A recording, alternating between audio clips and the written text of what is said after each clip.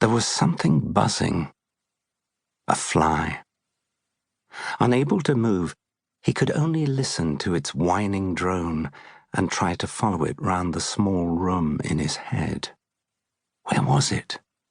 Near the sinks? The drain in the floor? There was a silence, and then it was flickering at the edge of his vision. He shook his head violently to stop it coming nearer, but it waited and landed just below his left eye, where sweat had pooled. It lifted off when he flinched, but was back immediately. He was totally at its mercy, and the fly seemed to know, loitering like one of those sullen teenage boys who hung around the high street. The fly danced over the damp tea towel, plugging his mouth, and moved toward his nostrils, rising and landing, the light brush of its feet and wings a subtle torture.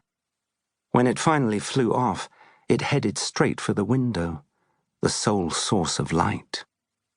He turned his head slowly to watch it frenetically beating against the pane before falling exhausted to the sill.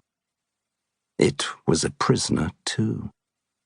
He closed his eyes and tried to focus on how he was going to get out.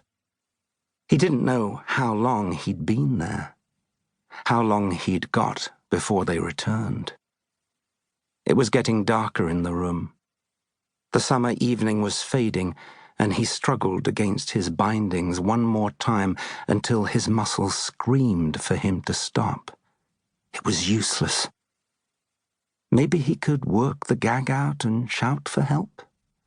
He forced his mouth open as far as it would go, feeling the gristle pop in his jaw, and stabbed at the material with his tongue as he rocked in the chair. It was working, but the effort made the blood sing in his ears, and he began to choke. He stopped and tried to slow his breath, whistling down his nose, then bucked in his chair until it toppled over, crashing him to the floor. As he lay, he was suddenly aware of the silence in the room. He strained to hear the fly's whining and its pathetic attempt to break the glass, but there was nothing. Had it escaped? How? Dread spread like a stain through his whole body, and his heart started to bang against his chest wall. Someone must have let it out, while he was fighting to get free, open the door behind him, and come in. He tried to turn his head to see.